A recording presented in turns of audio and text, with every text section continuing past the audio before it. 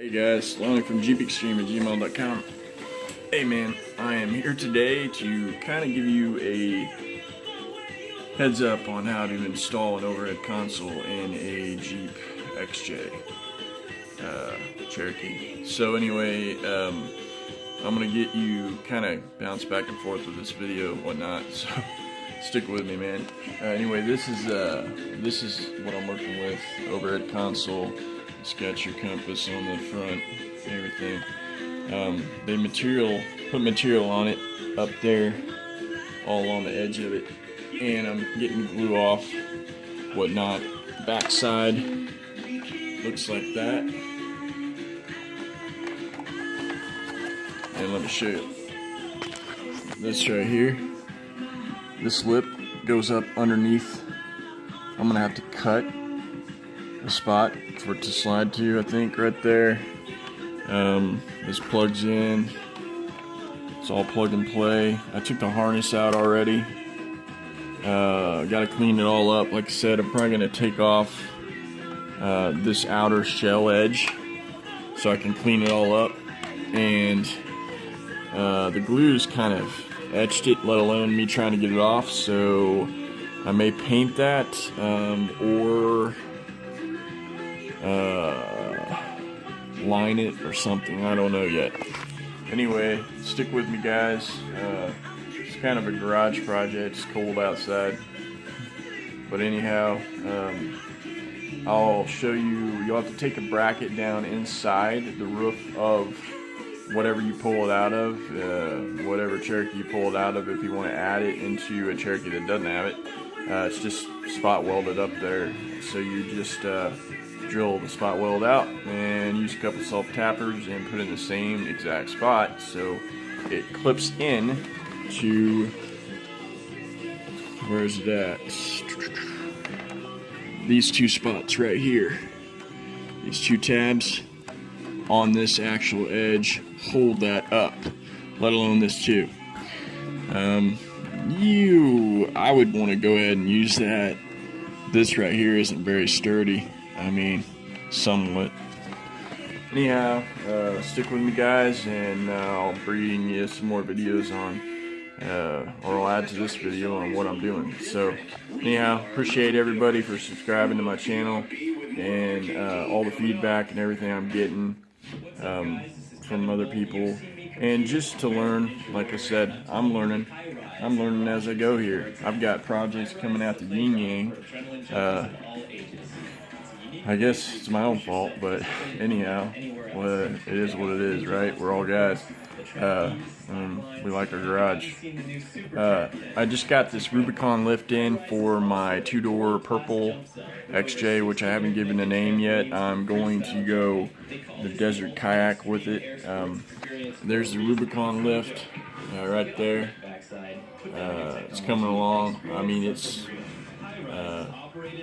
my Jeep's coming along. I've got the CB in it. I've done some extra stuff to it. Ordered a brand new radiator to put in it. So it's coming along. Four-wheeler, I've done, I don't know, probably 40-something miles of trails. It's muddy, needs washed, but it's definitely doing the job, and everything. Towed my buddy back with it. So anyhow, stay tuned, guys, and thanks for watching. Hey guys, I'm gonna go ahead and show you what I got and what I'm taking all this console and everything out of. It is a 2000 Cherokee 4-door, and that is my parts Jeep. My daughter, basically, it was a deal kind of whenever she got tired of it or it broke down really good that I'd get it, and I paid her something for it. But anyhow, it is what it is. But this is a 2000 model 4-door. I'm parting some of it out, and I'm taking all the drivetrain pretty much. The engine, I think, is still good. The hood, I'm gonna make a custom hood now. It's down the road because I don't have a shop or a place to really work on all this stuff. I have a shop, but it's not mine. So I'm gonna make a really cool hood, so stay tuned for that. It's gonna be awesome. I can't really tell you what I'm gonna do because it'll give it away. So, but it's something that nobody else has. At least I know nobody else has. Anyhow, what I did on the console part, it's hard to get in this door, is this one has cutouts for the overhead console. So whenever you take your console out of one, these are the two clips right up here. You can see those right there. That's what went into the top of that, inside that console overhead. And then it uses and retains your factory screws there that go in to hold your doodads on the side there, your visors. So anyhow, the harnessing was attached, and actually I have the visors with the mirrors that light up in them, and I kept them. This was a fully loaded classic edition, so it came with pretty much all the bells and whistles except for leather. This one right here, it had wire going here to this mirror, wire going to that mirror, and wire up, and the wire goes all the way down to the box down there at the bottom and plugs in. So if you ever take one out, you'll have to take that whole factory harnessing out to go with it, obviously. And it plugs in two different spots like I showed you on the deal. Anyhow, this is got the 4.0 in it. It's got my MP231 that I was wanting, and it has the 8.25 rear that I want, and I'm just using the Dana 30 front, matching gears obviously, so it's 355 gears on about everything. So nothing too fancy, not too much gearing. So anyhow, I wanted to show you guys what's going on with this and everything, and then I'll show you a little more of the when I start prepping the overhead console out and whatnot. This actually, I was going to show you, is spot welded right there, or actually I think that's a rivet. Well, anyway, one of two, right there and right there. There's two spots. Just drill them out, take that piece off. So stay tuned, guys. Watch more of my videos, and I'm not done with this one yet. See you in a little bit. Hey guys, it's Lonnie from Jeep Extreme. Hey man, I am in the process of putting this overhead console in, and it is a pain. I knew it would be, and I waited. I mean, it wouldn't have been bad if I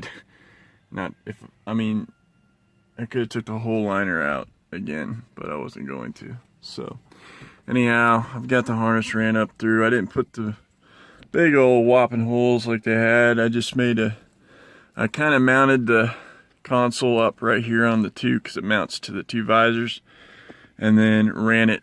Now I'm going to say this was not a factory console Jeep, but everything, they don't make a separate harness for that. If you look right down in there, you'll see they have one sitting right there, butted up. It's got a plastic tie up there to keep it up there. So anyhow, that's where that is at. We'll tie into that, and then I have the other one for the lights too, so I'll have to figure that out. But anyhow, that is what's up, and I appreciate you guys watching. They actually had the two rivet holes, so it made that pretty easy as far as just going right with my self-tappers into those holes that were there pre-drilled for the rivets for the overhead console. So this is where I'm at. I ran my wire and squeezed it in from under here along this edge, carefully pushing it behind this and through there, and then all the way up through. So that's where I'm at. Stick with me. So here's the deal. I got the console in, and it's not done, it's just in. Got the lights hooked up, and getting a little problem. The plug on the base model harnessing is different. All the wires are there and they're all color coded the same. So what I had to do was take the pins out of the plug, and this is the plug that was on it.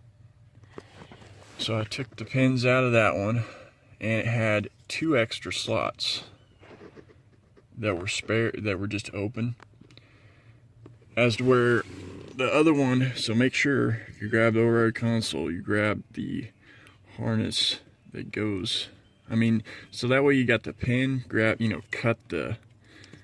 cut it out,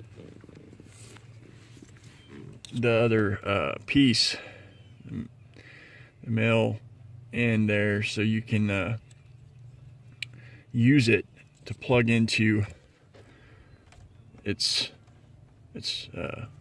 female end here. What I did is take the pins out, and you got 1 spare left there, and I'll post some pics, and just pin them in. Once you get a nice little screwdriver, go in first. You got to pop this top off, and then go in there and you just take those pins out and line them up the exact same way, except you only have 1 space on this one at the top. You only have 1 space instead of 2 spaces where you had it on this one. It's just a bigger plug. I don't know why exactly they did that, but whatever. Then on top of that, disconnect your well, that's all up onto you and how you do it, but I left my other harnessing in it, so I just disconnected that one, hooked in the light one for the lights. Now hooking the actual compass and all that crap up, because it should be ready to plug and go. Anyhow, stay tuned. Alright guys, it worked.